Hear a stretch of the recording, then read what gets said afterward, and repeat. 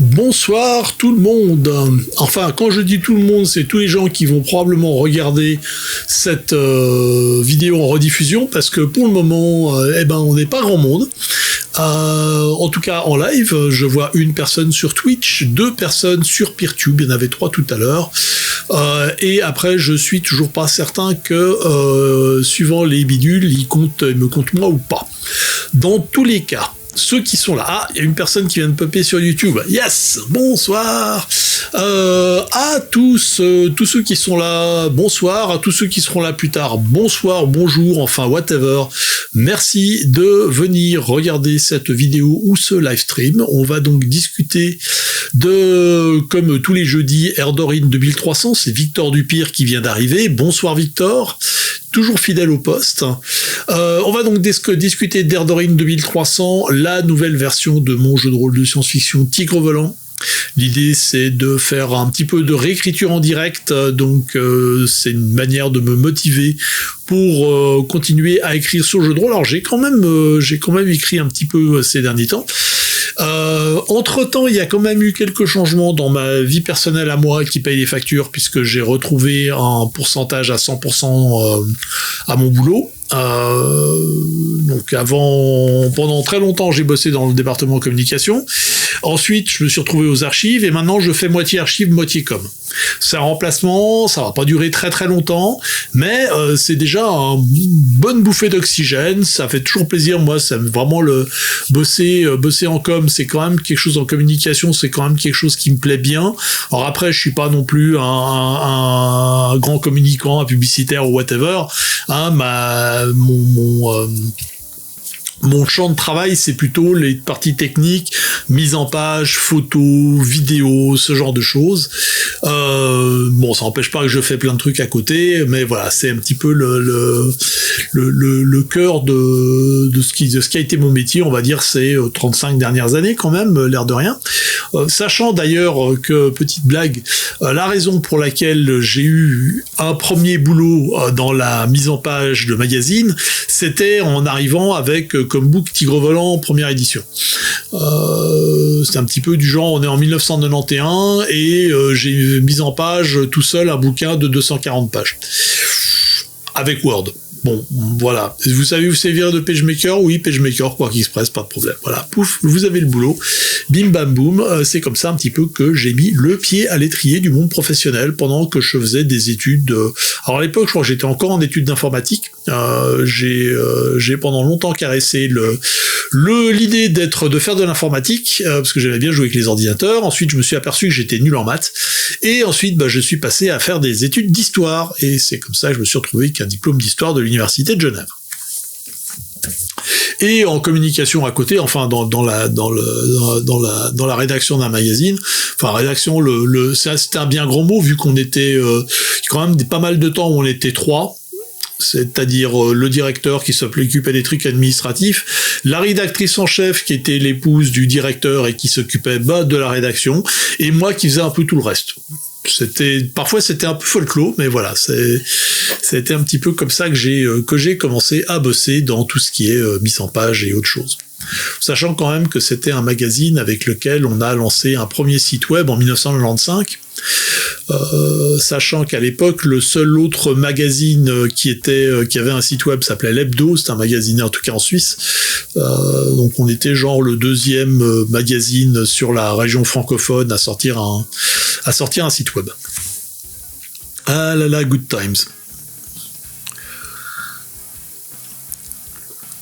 À la bonne vôtre. Alors, vous avez peut-être constaté que j'ai remis les 3 questions en haut à gauche. Alors, elles sont un petit peu différentes parce que j'ai un truc. Alors ça, c'est un truc qui me trotte dans la tête depuis pas mal de temps. Et alors là, on est plus sur la côté. Alors donc, dans les 3 questions, les thèmes à discuter. Donc là, je suis en train de réécrire le chapitre civilisation.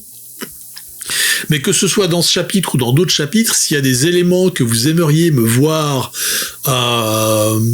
réécrire, retravailler, il ne faut pas hésiter à le mentionner.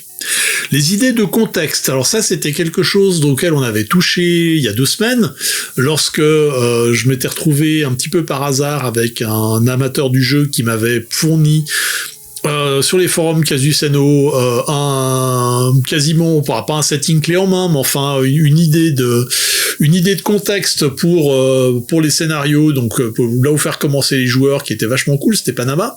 Donc là aussi, si vous avez des idées de contexte, ou si vous êtes joueur, ou vous avez été joueur et qu'il y avait des endroits dans lesquels vous jouez et que vous aimeriez bien voir ça développé dans l'univers du jeu, alors je promets pas que je vais bosser dessus, mais alors par exemple, typiquement, dans le livre de base, j'imagine tout à fait qu'il y ait une section dans les nations, là où c'est nécessaire ou souhaitable, qui présente succinctement en quelques paragraphes, voilà, vous pouvez jouer aussi, il faut savoir que ça et ça, et si vous venez d'une autre planète, eh ben vous pouvez le faire comme ça. Ce genre de truc, un petit peu pour mettre le pied à l'étrier. Là encore, on est toujours dans cet aspect de réécrire un livre de base qui soit le plus didactique, le plus accessible possible. La troisième question, c'était un truc donc justement qui me courait un petit peu dans l'entendement depuis pas mal de temps, et ça c'est un petit peu les trucs de vieux joueurs, hein. Pendant très très longtemps, lorsque vous faites du jeu de rôle, il y a un point qui va revenir assez souvent, c'est la question de combien est-ce qu'on gagne de pièces d'or, est-ce que je peux me permettre, j'ai tant de dollars, est-ce que je peux acheter le super turbo flingue à la mode, et ça, dans Tigre Volant 3e édition, je l'avais un petit peu poussé de côté en mettant en place, enfin j'avais fait des règles qui mettaient en place des niveaux, des sortes de niveaux sociaux, des niveaux de richesse, qui posaient un petit peu, voilà, si tu dépenses de temps par mois ou par semaine, tu regardes pas trop. Et si tu veux vraiment mettre all-in et puis risquer de te retrouver qu'à un niveau inférieur, eh ben tu peux permettre une dépense de temps. Ça, c'était un système qui était, moi je trouvais assez élégant personnellement. Maintenant, je suis pas certain, c'est pas impossible, mais je suis pas certain qu'il soit souhaitable, pertinent ou même faisable de l'adapter aux nouvelles mécaniques de jeu de Erdorin avec le Love Inside. Si ce n'est pas le cas, qu'est-ce qu'on pourrait avoir comme outil pour dire à un personnage non, tu peux pas acheter ton super turbo flingue de la mort. Sachant qu'il y a aussi tout ce côté un petit peu équipement qui est toujours un petit peu sensible dans beaucoup de jeux de rôle en fait. Si vous avez des joueurs qui ont un petit peu d'expérience ou qui ont surtout à jouer à des jeux comme Donjons et Dragons, pour donner un nom au hasard, ils vont toujours tendance à avoir fouillé les cadavres, à récupérer à peu près tout ce qu'ils peuvent comme matériel et à se trimballer avec des duffelbags d'1 mètre cube remplis de guns et de trucs qu'ils ont trouvés et qui vont essayer de fourguer au premier marchand qui passe pour essayer de se faire 3 francs 6 sous. Et personnellement, c'est pas un truc qui me branche. C'est pas un truc que je trouve super intéressant parce que ça a aussi un potentiel d'une certaine façon de déséquilibrer le jeu que j'ai pas forcément envie de voir. Voilà, c'est peut-être un petit peu aussi des traumatismes de la petite enfance, hein, à l'époque où j'ai commencé à jouer à Donjons et Dragons. C'était les gars avaient suffisamment, mes joueurs avaient suffisamment, enfin leurs personnages avaient suffisamment de pognon pour s'acheter des vaisseaux spatiaux, donc fondamentalement à acheter des guns et des munitions et des grenades et des machins, même les trucs marché noir super chelous, ils pouvaient les obtenir parce qu'ils avaient les ronds. Alors, la méthode avec le Love Inside, ça serait de dire que la fortune est une compétence comme une autre en fait. Enfin, c'est un atout. Tu peux tout à fait imaginer que ton personnage, s'il a une compétence qui est par exemple le clan célèbre, il peut avoir un atout riche. Et ça signifie que en mettant en avant cet atout, il va pouvoir obtenir des trucs plus facilement. Après, il y a toujours la question de dire l'équipement, fondamentalement, l'équipement de base, ben, c'est un équipement de base. Et puis, si tu veux acheter des plus, eh ben, il faut mettre des pecs dedans.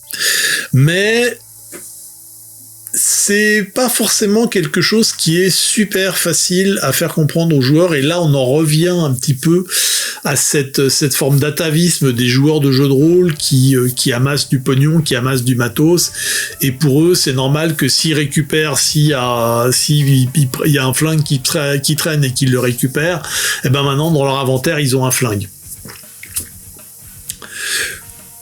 Voilà, c'est... Je pense qu'il y a moyen de moyenner, mais si vous avez des idées de mécanique de jeu qui travaillent sur justement la notion d'équipement, la notion de pognon, la notion de niveau de richesse, ce genre de trucs, et qui serait pertinent à utiliser dans Erdorin 2300, je suis assez preneur sur ce genre de trucs. En tout cas, des idées, voir un petit peu si ça marche. Enfin, vous jetez des idées contre le mur, on va voir si ça colle, et puis on regarde ensuite, quoi. Voilà. Alors, toujours est-il que on va passer à l'écriture. Alors, aujourd'hui, je reviens sur les carnets de civilisation. Et là, je vais peut-être activer le tracking. Hop, tu me suis. Voilà, c'est bien. Je reviens sur les carnets de civilisation parce que j'ai un petit peu continué à écrire des choses dessus. Alors, notamment, il y a le chapitre Les gens qui était un petit peu avant, un petit peu plus tard, et que j'ai rajouté ici. Il y avait un truc qui s'appelait multiculturalisme. Et en fait, je me suis aperçu que les éléments de multiculturalisme, les éléments les gens qui parlaient aussi de racisme, de choses comme ça faisait plus de sens de mettre tout ensemble et de le mettre ici, puisqu'on parle de la taille de la sphère en général. Ça me paraissait à peu près raisonnable. Donc, il est admis que la sphère a une population d'environ 300 milliards d'individus, mais ce qui fait un individu est une question beaucoup plus vaste et plus complexe. Caractéristique qui définit cette notion est appelée sapiens. Sa définition par le Kepmes est l'un de ces chefs-d'œuvre de bureaucratie dont les grandes organisations ont le secret. Et si tout le monde est d'accord sur un point la concernant, c'est qu'elle ne satisfait personne. À vrai dire, en dehors du Kepmes, pas grand monde l'utilise. Il y a même certaines cultures et législations qui accordent des droits étendus à des entités animales ou géographiques, des forêts, des rivières ou des lacs, voire des planètes entières. Là, j'ai vraiment condensé. Il y avait des éléments à partir, la semi-sapiens, de trucs comme ça. Là encore, pour ce contexte de chapitre, c'est pas forcément, à mon avis, nécessaire d'aller là-dedans. Si, vu de loin, la sphère est une société multiculturelle dans les faits, c'est un peu différent. Ça reprend donc le chapitre précédent. Tiens, il y a du pimpon dehors. C'est pas très courant parce que je suis un petit peu dans la campagne, donc généralement on n'a pas les agitations des grandes villes. Alors, il y a des trucs ici. Alors, en fait, il y a des éléments que il faudra que je rajoute.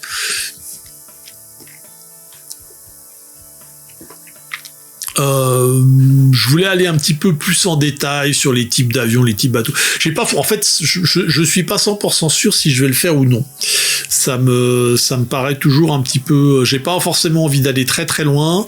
Et c'est peut-être des choses, en fait. C'est là où je me suis dit que il y a peut-être des éléments dans ce chapitre civilisation qui pourraient passer dans un chapitre plus général, science, qui irait aussi avec tout ce qui est des éléments d'équipement.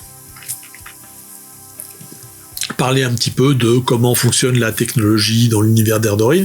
Ça reprend un petit peu ce dont on avait discuté il y a 2 semaines avec les notes qu'avait envoyé Axel. Mais voilà, je me pose un petit peu des questions. J'aimerais bien que ce côté civilisation reste principalement culturel. et que pour les questions plus techniques, on ait peut-être un chapitre dédié. Là, typiquement, dans les communications, ça pourrait aller tout à fait dans un chapitre dédié, en tout cas en grande partie. Bon, voilà, technologie, là, typiquement, on a pas mal de trucs. Design, idem, ça c'est aussi quelque chose qui pourrait, d'une certaine façon, c'est le souci, c'est que ce sont souvent des éléments qui touchent aux deux. Touche au côté technologique, au côté scientifique et au côté culturel. C'est rarement très bien séparé. Alors, Victor, tu me dis, quid de l'IA, Sapiens, pas Sapiens dans TV? Alors, dans l'univers, on est dans Tigre Volant, on est dans un univers, enfin dans Ardorine, on est dans un univers un petit peu à l'ancienne, old school, des IA. En théorie, il n'y en a pas. Alors, il y a, en fait, c'est une super bonne question. Et je vais peut-être d'ailleurs commencer à taper des choses là-dessus. Paf, paf, paf, paf. Dans le côté communication, hein, non, ça serait média, effectivement. Alors,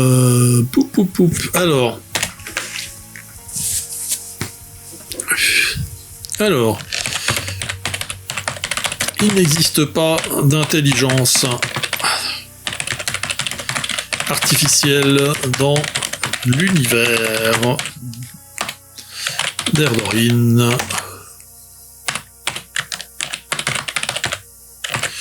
2300. Enfin, pas vraiment. Disons qu'il existe un certain nombre de systèmes complexes qui sont appelés ainsi, mais qui ne manifestent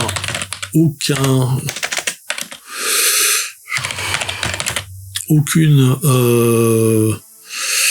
des caractéristiques de ce que l'on appelle la sapience, CF multiculturalisme. Bon, CF les gens, je crois. Je sais plus comment je l'appelle ce titre. Ah, on verra. Et c'est pas la spaïence, c'est la sapience, bon sang. Voilà. Touk.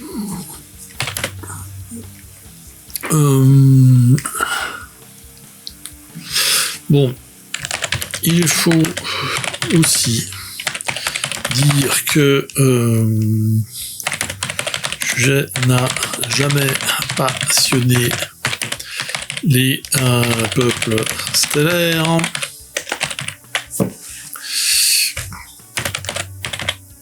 Même s'il existe de multiples légendes sur le sujet,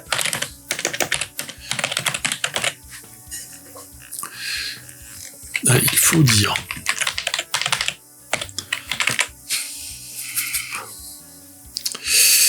et que les terriens qui s'y intéressent beaucoup n'ont, semble-t-il, jamais pu développer quelque chose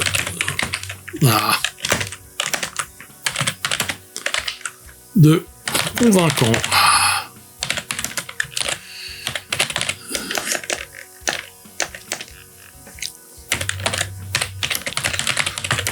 Encore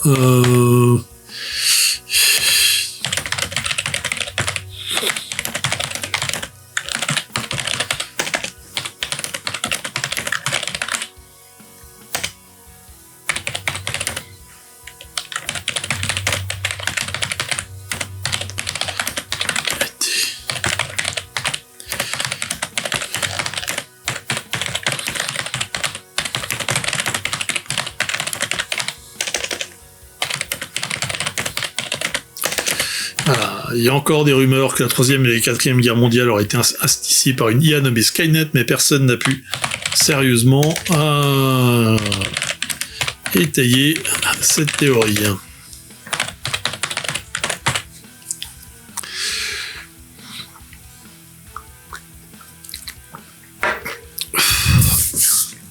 Alors bien évidemment, la vraie raison pour laquelle il n'y a pas d'IA dans l'univers d'Erdorine, c'est que j'ai pas envie de m'emmerder avec ça.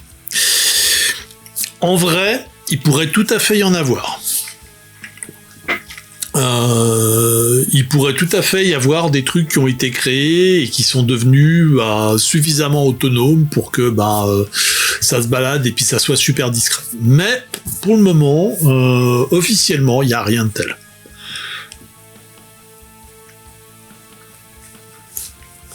Et effectivement, si ça devait exister, le CEPMES serait très emmerdé, parce qu'il faudrait qu'ils arrivent à faire déterminer si c'est de la sapience ou pas, si c'est protégé par diverses lois ou pas, et il se pourrait très bien qu'il y a une nation qui décide que moi je dis que c'est sapien, et puis voilà. Et donc chez moi ça a des droits. C'est possible. C'est possible. Je vérifie juste s'il n'y a pas d'autres commentaires ailleurs. Non, ça va. Pour le moment, c'est zen. Bon, on n'est vraiment pas beaucoup ce soir. Hein. Je sais pas où sont les autres. Hein. Visiblement, c'était pas le bon soir pour faire un live stream. Alors, le truc, c'est quoi? Il y a les égos. Là, je pense un petit peu à là au-dessus, quand on parle de la personnalisation des interfaces, aussi appelées égos. Justement, l'ego est fait pour être un assistant, pas pour tout le monde, peut-être des gens qui aiment pas ça, mais enfin, grosso modo, beaucoup de personnes font développer ou ont développé leur ego d'interface comme étant un assistant personnalisé qui ressemblerait pas mal aux assistants qu'on a, par exemple Siri ou Claude ou ce genre de choses. On l'espère avec moins d'hallucinations que ces merdes, mais ça, voilà, ça c'est encore une autre question.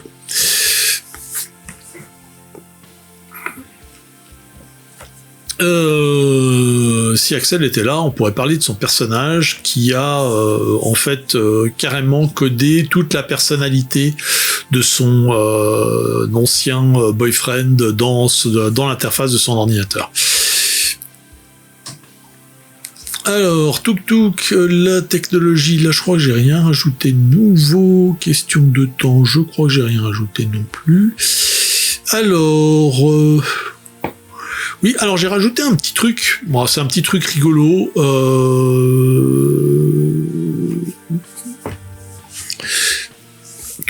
Dans la partie guerre, c'est les diverses forces armées s'échinent à développer des systèmes à la pointe du progrès. Une grande partie des conflits de faible intensité impliquent des équipements beaucoup plus rustiques. Les terriens et les Rowan notamment sont fait une spécialité de réhabiliter des modèles du XXe et du XXIe siècle, avec certes des éléments modernes, mais qui sont beaucoup plus faciles à entretenir et à réparer loin des chaînes logistiques. Et là je m'aperçois que j'ai pas fermé mon incise. Ah non, en fait, même pas, il n'y a même pas besoin de la fermer, l'incise, en fait. Voilà. Alors bon, ça, c'est aussi un des petits délires de Tigre Volant, et donc d'Erdorine, c'est que si vous voyez passer à un moment donné un Spitfire, c'est probablement un Rowan qui a reconstruit un Spitfire de lui-même, avec un certain nombre de systèmes. Et ça peut paraître absurde comme ça, mais en vrai, c'est pas déconnant du tout. Et pas mal de gens, j'ai lu des experts militaires qui disent que s'il y a un conflit de haute intensité, fondamentalement dans les 6 premiers mois, les gens vont sortir les grosses technologies qui meulent, et au bout de 6 mois, ils ont plus la chaîne logistique pour gérer ça, donc ils vont ressortir les vieux machins des années 70. Qui eux tournent de façon beaucoup plus rustique. Et on peut imaginer que c'est une leçon qui a été apprise. Alors après, pour les stellaires, le fait est que de base ils ont des technologies qui sont super rustiques et qui sont faites pour durer très très très très longtemps. Donc ils ont peut-être moins ce problème d'avoir des chaînes logistiques compliquées. D'autant que ils ont assez rarement des conflits de haute intensité, et donc ils se ils s'intéressent moins à ce genre de sujet, mais typiquement on va avoir des mercenaires qui vont se balader avec des équipements qui sont vieux, voire très vieux, alors qui sont en fait quand même refaits au goût du jour, avec par exemple peut-être des matériaux synthétiques qui peuvent se fabriquer par des assembleurs, par des machines genre imprimante 3D ou trucs comme ça. Donc leur Kalachnikov elle est peut-être faite en résine ou un truc du genre en fibre de carbone ou quelque chose comme ça. Et mais ça reste de base mécaniquement, ça reste du Kalachnikov, c'est pas un machin qui tire des lasers ou quoi que ce soit. Après il peut y avoir effectivement des lasers, mais des lasers ultra rustiques, quoi, des trucs qu'on trouvait sur les champs de bataille terriens au début du 21e siècle ou ce genre de choses.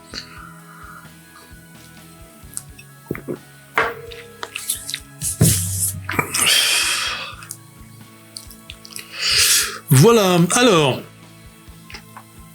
là faut que je remonte un petit peu dans les trucs, où est-ce que j'en étais.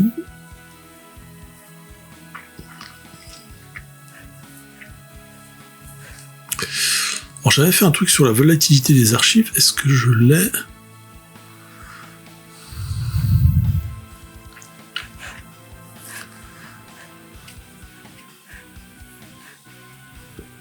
Oui, c'est peut-être pas forcément super intéressant en fait les archives dans ce contexte-là. Alors,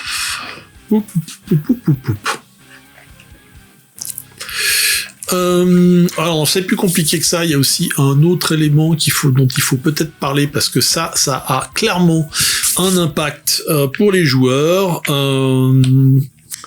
Et c'est la question de l'armement personnel. Alors.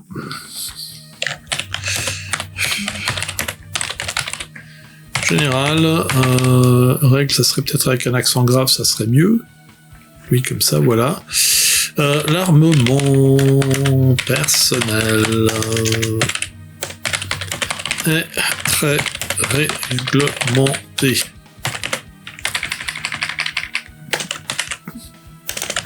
On ne se balade pas avec un flingue à la ceinture.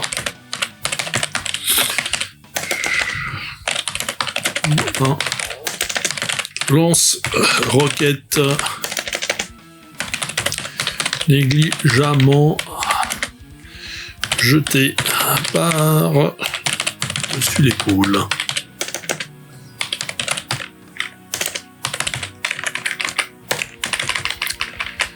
Il me manque peut-être un I à négligemment, oui, voilà. Ah non, il n'y avait pas de A. Bon, bah voilà. Tout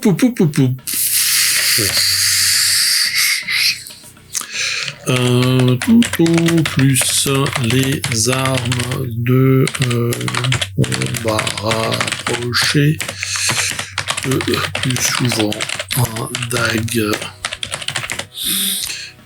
sabre épée, sont tolérés pour des raisons de tradition.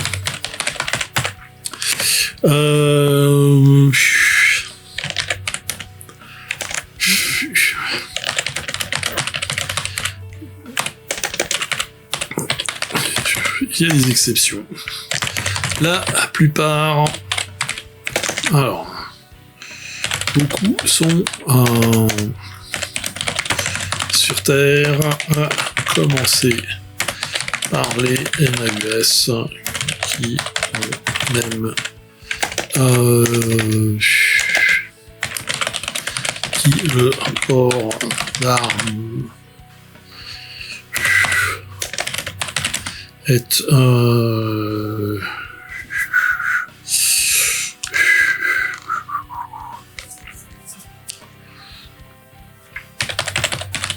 religieux.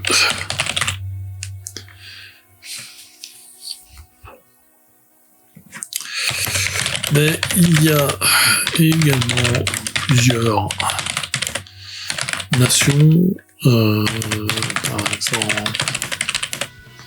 en Fédération des États de la Frontière, où la Les Texans, bah oui, Nena US, on est en plein dedans, quoi.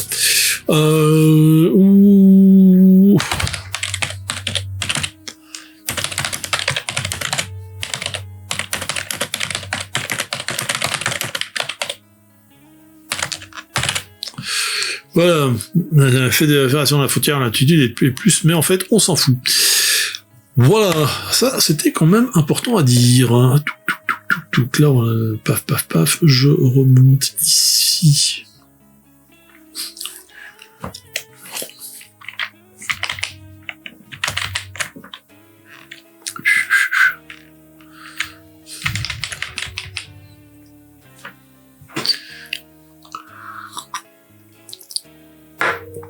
Oui, c'est on ne se balade pas. Je disais bien que...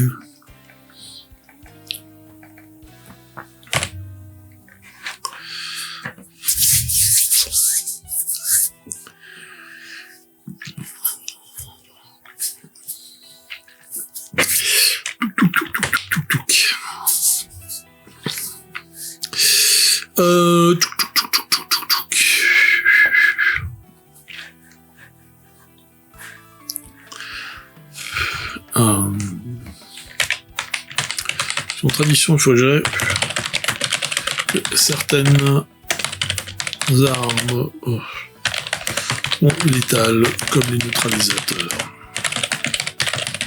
Je crois que vous mentionner ça. Hop.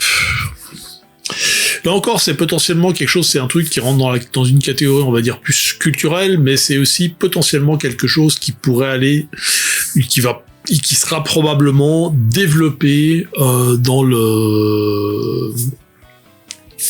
la partie qui va concerner l'équipement. Alors...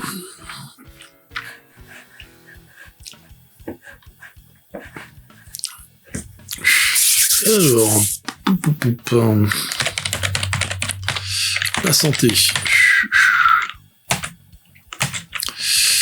Alors la santé, comment est-ce que je pourrais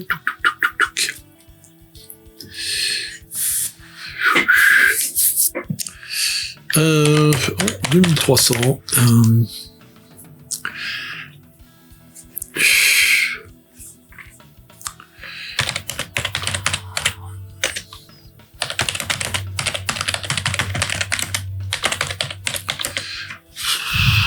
Voyons voir.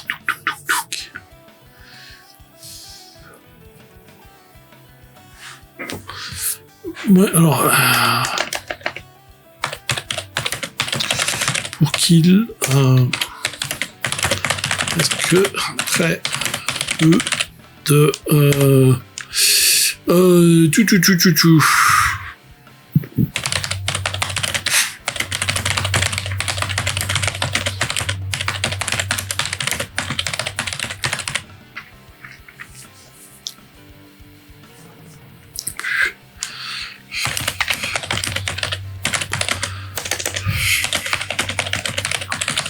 niveau ou un autre.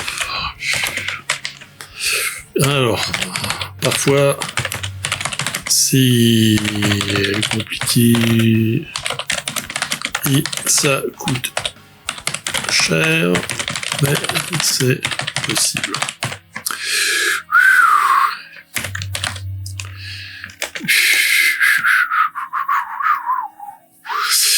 Alors, pouf.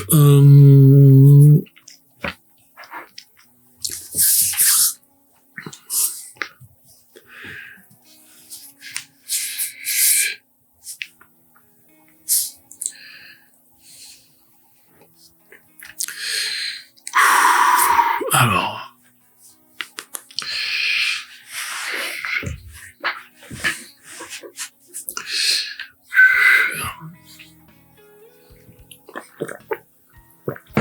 Je me demande un petit peu comment formuler ça, parce que là j'ai quand même pas mal des éléments. J'ai toujours, en fait, ce que vous voyez pas. Ah, vous ne le voyez pas.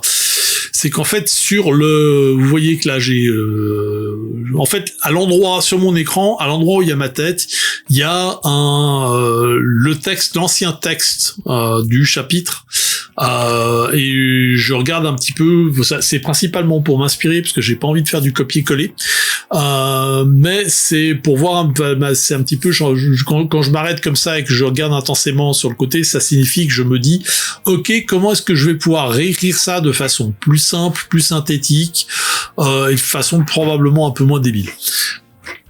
Mais voilà, c'est compliqué. C'est compliqué parce que là, typiquement, si je regarde, alors c'est genre ce que j'avais écrit la dernière fois, c'est voilà, le rapport au médecin est un des principaux points sur lesquels personne n'est d'accord. Là, Gauguin parle de l'espace terrien, on paye son médecin quand on est malade, à part les Highlander qui ont un système similaire à celui des Eldar, ce qui est déjà un petit peu con parce que fondamentalement, les Highlander, c'est la plus grande part de l'espace terrien. Mais bon, détail. Le médecin doit garder ses patients, le système des Eldar et des Atlani, le médecin doit garder ses patients en bonne santé, donc on ne le paye pas quand on est malade. Me paraît foireux si les Eldar ont aussi sous les corps une discipline physique et semi-arcaniste qui leur donne une très bonne résistance aux maladies et en tout cas une meilleure capacité de guérison. Chez les Satalvari, la médecine prend souvent un tour mystique. Les chamans débattent pour savoir quels esprits posent problème et exorcisent en utilisant les esprits bénéfiques présents dans certaines herbes ou sous-produits. En gros, c'est comme la médecine anthropomorphe mais avec plus de folklore. Les Siani, eux, ne sont jamais malades, pour être plus précis, ils ont un système immunitaire extrêmement efficace mais pas très flexible. Ils résistent à énormément de choses, mais ne sont absolument pas protégés contre les maladies qui leur sont inconnues. Du coup, il n'y a pas besoin de médecin, on guérit vite ou on meurt. Pour les Karlan, la bonne santé des troupes est un devoir, être médecin est donc un poste à très haute responsabilité et très exposé. Voilà, alors là c'est quand même beaucoup. C'est quand même beaucoup.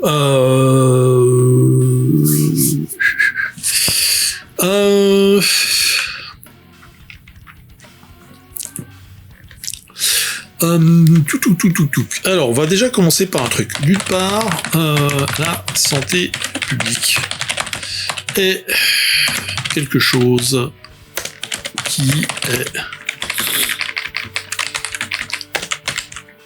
pris très au sérieux par un peu tout le monde. Oui, même les Américains.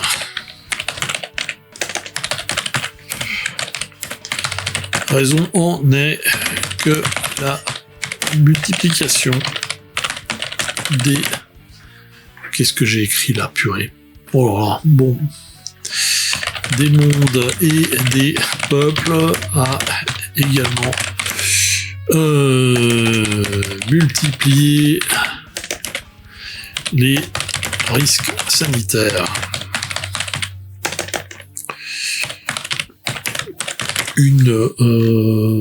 Et on a Edemort qui vient d'arriver. Bonsoir à toi.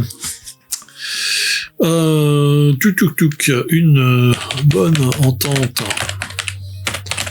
entre les différentes nations fait que les risques sont surveillés et gérés, notamment par l'usage de vaccins xéno-immunitaires obligatoires.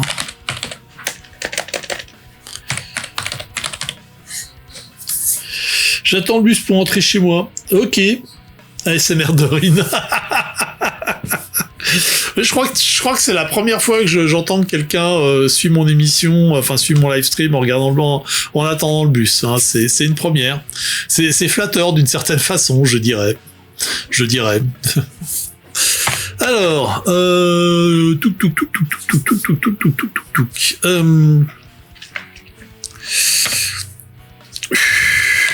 de façon, alors,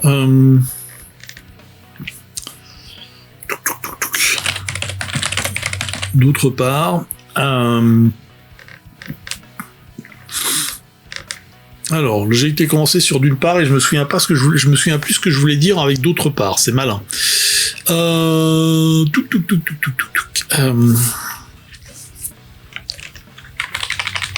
crois que j'ai viré le d'une part parce que si je me souviens pas ce que je voulais dire, c'est pas très utile. Alors, les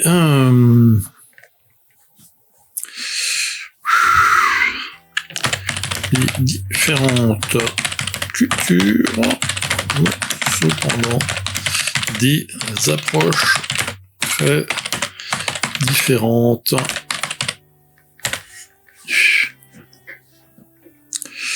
Des produits.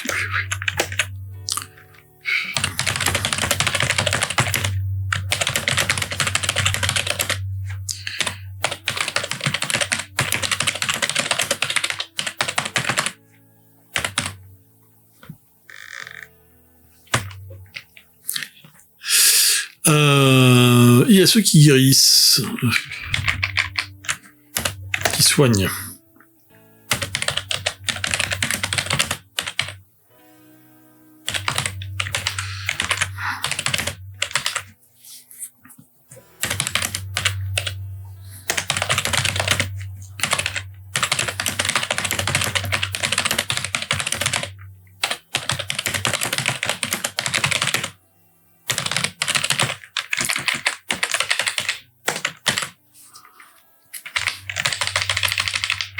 Oula.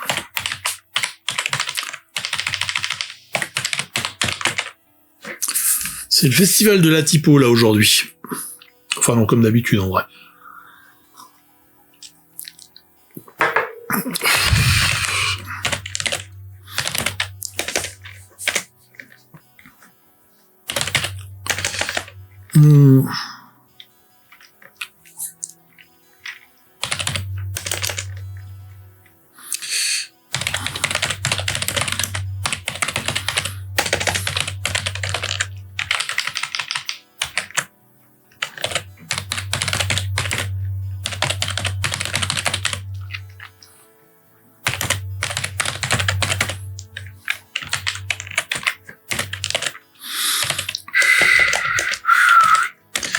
Ces derniers sont principalement représentés par les Zendar qui utilisent une...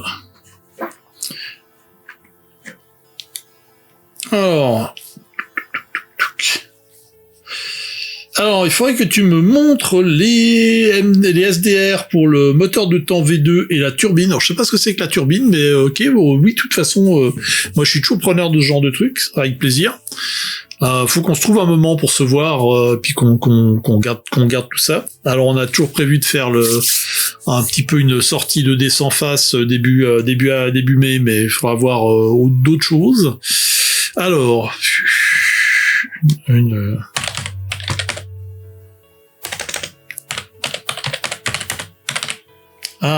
moteur de temps mais plus nerveux. Ah oui, d'accord, logique. Tu aurais pu l'appeler le V8 aussi, mais ça aurait été... les gens pourraient penser que c'était la 8e version et ça aurait été pas une...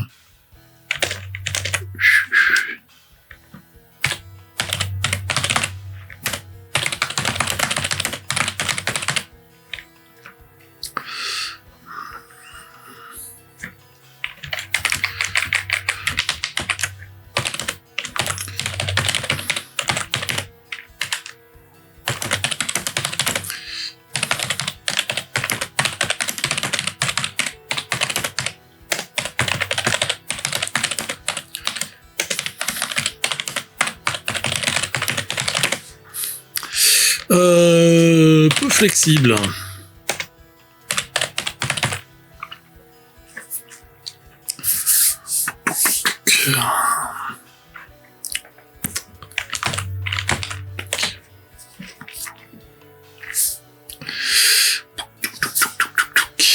Voilà.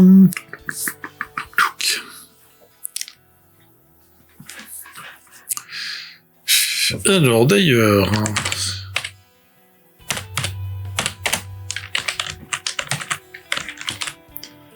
Oh, c'est plus compliqué que ça.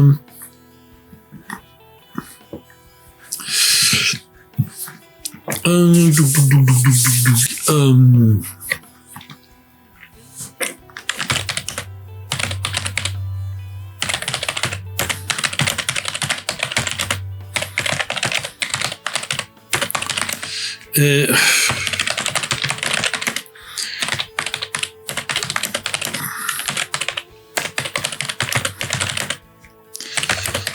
fait, c'est surtout le clan Migran qui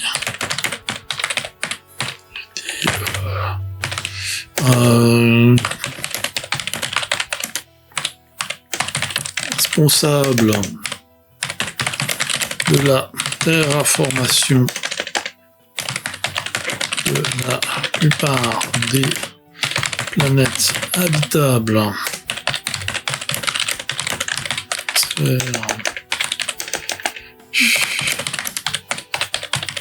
possède une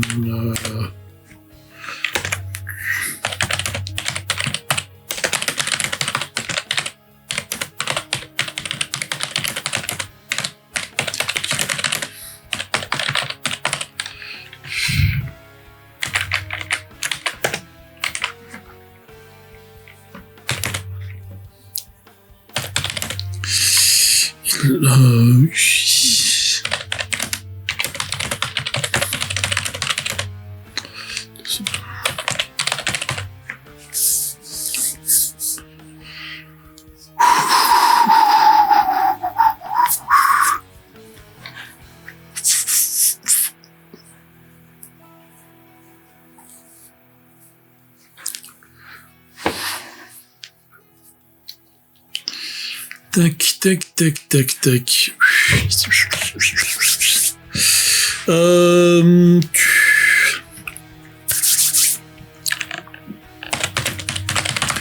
Il existe des technologies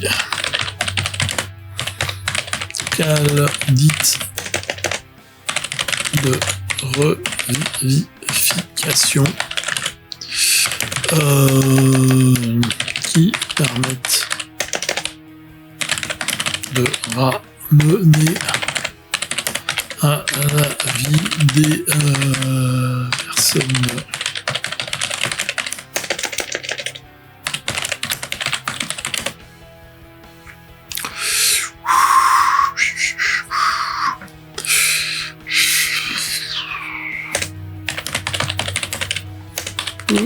que ce soit dans un délai raisonnable.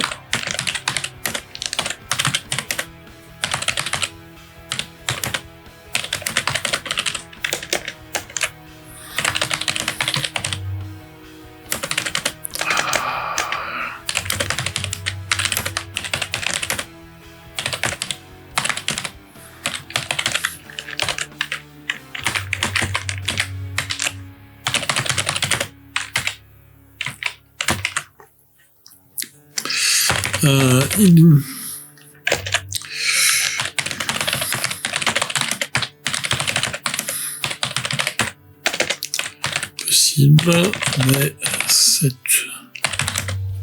une technologie très chère. Est-ce que j'avais lu les bouquins de la série Polity de Neil Asher? Alors le nom me dit quelque chose, mais je crois que je ne les ai pas lus, non.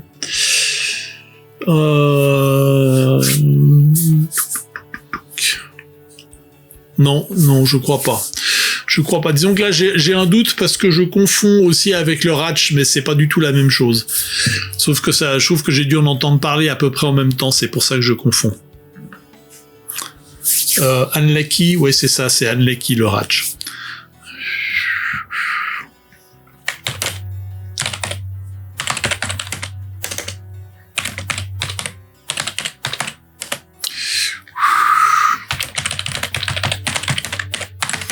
Et qui n'est toujours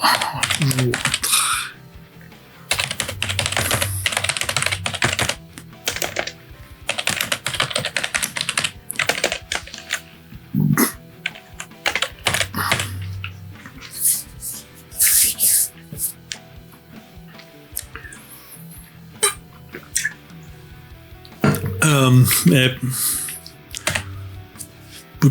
du coup, pourquoi il y a un truc que je devrais... Il y a des inspirations à piocher.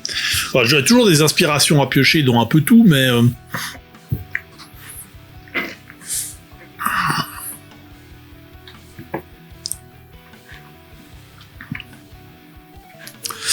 La loi. Alors, tiens, là, c'est intéressant. Là,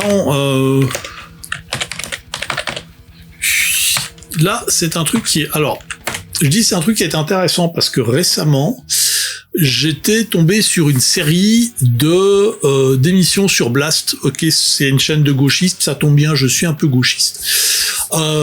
Qui parlait de la démocratie et de comment avoir un système qui est plus démocratique que ce qu'on a à l'heure actuelle dans nos démocraties libérales occidentales, tout ça. Ce qui était super intéressant, c'est qu'en fait, il y avait une idée que j'avais déjà eue pour l'idée de comment ça s'appelle dans les cultures eldarines, dans les cultures stellaires notamment, c'est l'idée que en fait les gens ne sont pas jugés selon les critères du pays dans lequel ils sont, mais du pays dans lequel d'où ils viennent. Et alors, c'est assez pointu parce que le gars va aller chercher chez des dans des doctrines libertariennes, et notamment moi ce que j'ai vu, c'est j'ai vu des trucs, j'avais entendu parler des sovereign citizens. C'est les gens qui disent je ne contracte pas, qui prétendent ne pas faire partie de l'État, et bon, grosso modo c'est généralement des gens auxquels il arrive plein de bricoles assez comiques parce que ce sont souvent quand même de gros connards.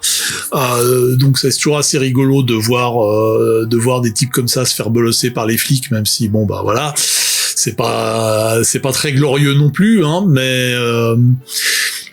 le truc que je trouvais assez intéressant d'imaginer, pour moi je vois toujours ça, alors c'est pas forcément des trucs que j'aimerais voir développés dans notre monde. Cela dit, l'idée générale du gars qui présentait ces émissions, c'était de dire on est dans une démocratie qui est imparfaite, quels sont les éléments qui pourraient la rendre plus parfaite, et notamment pourquoi est-ce que en quoi ça serait plus démocratique de dire que toutes les personnes dans un endroit donné adopte un système. Pourquoi est-ce qu'on ne choisirait pas le propre système légal, politique dans lequel on vit? Ce qui recoupe d'ailleurs, pour ceux qui ont lu la série Terra Ignota de Ada Palmer, on a un petit peu la même idée où les gens vivent un petit peu où ils veulent, mais ils sont rattachés à des États-nations qui sont beaucoup plus larges que simplement des États-nations. C'est aussi des idées, des idéaux, et du coup tu peux passer de l'un à l'autre si tu trouves que la nation dans laquelle tu es ne te convient pas. Alors, je veux dire, nous, on a l'exemple à l'heure actuelle des sovereign citizens qui généralement trouvent ça comme excuse pour faire n'importe quoi. Mais si on imagine un système, ça pourrait être un truc assez intéressant pour imaginer. Pourquoi est-ce que, alors je saute un petit peu du coq à l'âne, mais pas tant que ça, pourquoi est-ce que l'Europe de 2300 serait comme l'Europe de 2020 ? Pourquoi est-ce qu'on aurait toujours des parlements ? Pourquoi est-ce qu'on aurait toujours des chefs d'État ? Pourquoi est-ce qu'on pourrait pas imaginer des systèmes un peu plus baroques, justement, parce qu'il y a quand même de 100, 300 ans qui se sont déroulés. Alors, puis bon, puis voilà, puis le fait étant que de toute façon, il y a encore un truc au-dessus, donc ça change pas grand-chose au final. Et puis, c'est pas forcément non plus quelque chose qui va être super important pour les joueurs. Mais ouais, je pense à ça. Alors du coup, ça rend les choses beaucoup plus compliquées d'une certaine façon. Enfin, c'est pas tant que c'est beaucoup plus compliqué, c'est juste que c'est des changements de paradigme qui nécessitent de penser différemment. Et c'est toujours ça. On en revient un petit peu à la question que je posais au début, la question des mécaniques autour du pognon, autour de la richesse, autour de l'équipement, autour de tout ce genre de choses.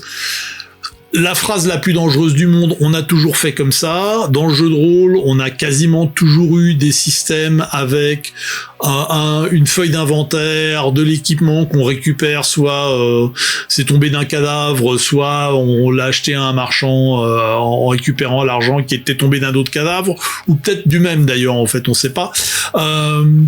Mais du coup, si on fait sauter tout le côté monétaire, purement d'esprit comptable, la feuille Excel, le budget, le machin comme ça, si on fait sauter cet élément-là, ça nécessite de penser certaines mécaniques de base de jeu de rôle, on va dire même carrément certains systèmes, des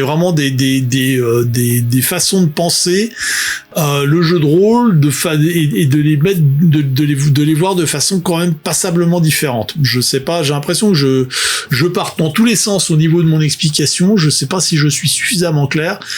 Si je ne le suis pas, n'hésitez pas à me le dire. N'hésitez pas à me demander ce que je veux dire. Genre, bon, est-ce que tu peux me traduire ça en français, alias, t'es gentil. Enfin, voilà, si je suis vraiment complètement incohérent, n'hésitez pas à me le dire. C'est probablement que j'ai pas pris mes pilules contre Alzheimer ou quelque chose comme ça. Elles sont un peu cheloues, mes pilules contre Alzheimer. Enfin bref. Alors, excuse-moi, Edemort, du coup, j'ai complètement un petit peu traduit ou termine. Ouais, c'est un peu... Oui. Oui. Quand tu dis l'idée de la réification pour les résurrections comme étant un processus continu plus qu'un résultat unique. Ouais, d'accord, je vois. Si tu as ça aussi dans pas mal de trucs de science-fiction, hein, les traitements prolongent. Là, je pense par exemple au Honor Harrington, où un petit peu tout le monde a ce genre de truc.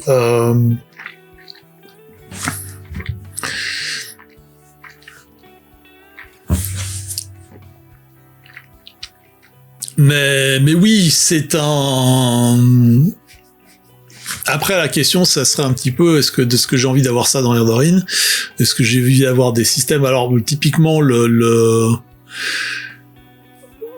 question, par exemple, chez les Eldar, le Suilecor est peut-être une des raisons pour lesquelles les Eldar vivent plus longtemps que les humains. Donc, ça fait partie du processus, mais il n'y a pas que ça.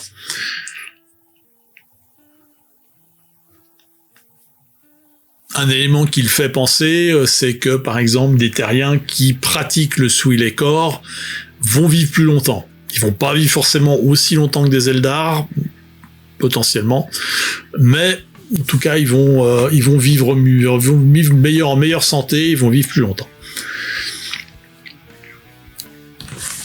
Alors par contre, quand tu dis les caramels, je vois pas ce que tu veux dire, Edemort.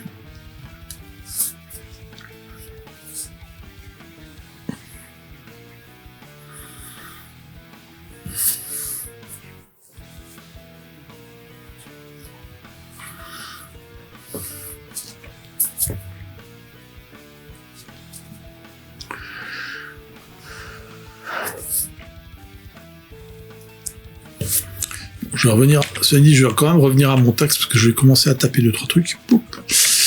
Alors, pouf.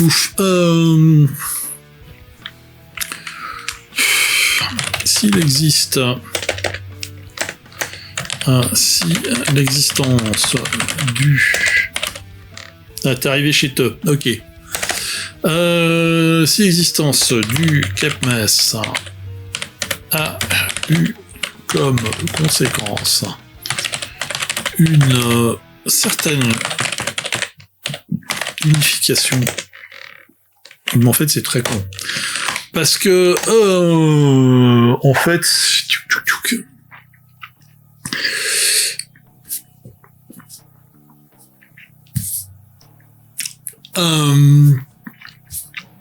les Eldar et les Atlani ont une origine commune. On peut imaginer qu'ils ont une culture qui est quand même assez commune, un système légal, là encore, il y a des bases communes. Donc on peut imaginer quand ils se sont retrouvés au début de l'Arlorian Tour, ils ont assez facilement adapté de l'un à l'autre. Il y a peut-être eu des particularismes qui sont restés d'un côté ou de l'autre, mais fondamentalement c'est un petit peu l'équivalent du droit romain dans la culture stellaire, c'est que ils ont vraiment une base légale commune. Les Siani ont leur propre système et généralement ils s'appliquent principalement à eux et que à eux. Par contre, quand les terriens sont arrivés, où ils avaient plein d'autres systèmes, ça a été un petit peu le bazar. Mais dans mon idée, c'est de dire que le CapMes a plus ou moins essayé de poser ça de façon, d'essayer de reformaliser ça de façon plus unifiée d'une certaine façon. Mais j'ai perdu le fil de mon histoire. Bon, tout va bien. Tout va bien. Je suis peut-être un peu plus crevé que je ne le pensais. Donc, comme je le disais, je reprends le boulot à 100% depuis cette semaine et visiblement ça a des effets secondaires assez brutals sur mon entendement.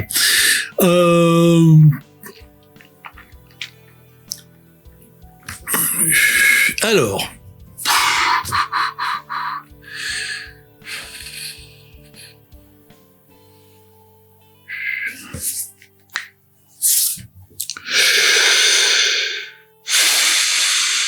Bon, je suis désolé, je crois que je vais arrêter là parce que j'arrive pas à me concentrer suffisamment pour arriver à poser des phrases qui font du sens.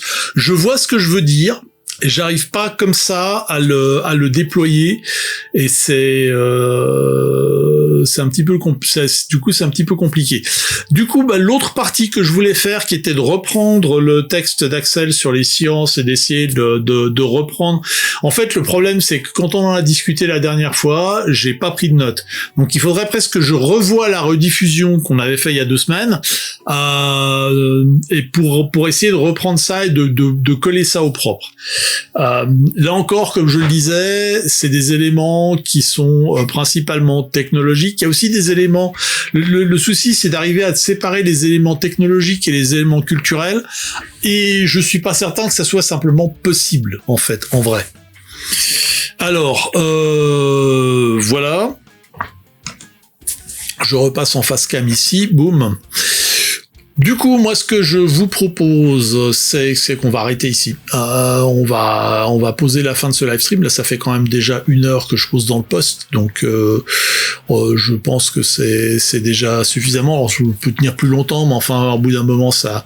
Surtout si je commence déjà maintenant à tourner en rond sur les idées que j'ai à poser sur le papier, je pense que c'est pas forcément une très bonne idée d'essayer de continuer à écrire des trucs que j'arrive pas à écrire. Du coup, on se retrouve, de toute façon, on va se retrouver à la fin du mois, le 30, pour un dernier live stream Erdorin 2300 pour le mois d'avril.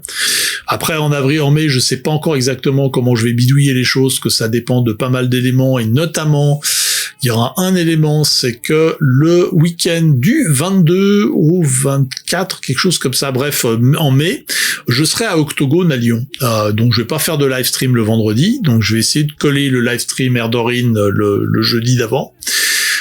Et du coup, ça va décaler un petit peu tous les autres live streams, donc je pense que je vais me baser là-dessus. Donc si c'est le 22, le live stream d'Erdorin, ça sera le 16, et le 2, non, ça ira pas comme ça. Ça, c'est pas ça. C'est clairement pas le 2. Le 2, c'est un samedi. Donc c'est clairement pas le 2. Bref, on va voir ça. Je suis un petit peu perdu. Alors, en fait, le vendredi, c'est le 1er mai, c'est un vendredi. Donc, en toute logique, le Radio Erdorin, ça sera le 8. Donc, le deuxième Radio Erdorin, ça sera le 22, justement, ça va pas. Bon, ça va être compliqué. Il y aura peut-être 2 live streams Erdorin 2300 de suite. Il y aura peut-être celui du 30. Est-ce que tel que c'est parti? Ouais, je pense que ah oui. Puis en plus, non, de toute façon, le premier, c'est le bordel. Non, c'est ça. Le 30 avril, ça sera donc je pense que le 30 avril, il y aura un Erdorin 2300, et le 7 mai, il y aura un autre Erdorin 2300. Comme ça me fait faire le Radio Erdorin le 15, le Erdorin 2300 le 21, et puis le deuxième Radio Erdorin du mois, ça sera donc le 30. Le vendredi 30 mai. Ouais, je pense qu'on va faire ça comme ça. Donc j'ai pas encore je n'ai pas encore posé ça clairement, mais je pense que ça va être le calendrier des prochains live streams pour le mois de mai. Voilà, donc 2 live streams Radio Erdorin 2300 de suite, bande de petits canailloux. Alors il n'est pas impossible que un des deux, au lieu que ça soit alors un live stream pur jeu de rôle, que je vous ressorte un petit peu les dernières lectures du Tonton Alias pour discuter un petit peu des différentes inspirations que j'ai trouvées à gauche à droite. Voilà. Sur ce, moi je vais vous souhaiter une excellente soirée. En tout cas, merci à tous ceux qui étaient présents. Qui était probablement Victor et Demort pour un bout, et puis je soupçonne que l'ami Imaginos, comme d'habitude, a fait son lurker sur Peertube ou sur Twitch. Dans tous les cas, je vous souhaite à vous tous une excellente soirée. À ceux qui reverront cet épisode en rediffusion sur la chaîne YouTube Erdorin, merci de regarder cette émission. On se revoit donc en tout cas dans 2 semaines pour un prochain Erdorin 2300, la semaine prochaine pour un prochain Radio Erdorin, et puis continuez comme ça, passez une excellente soirée et à une prochaine. À plus.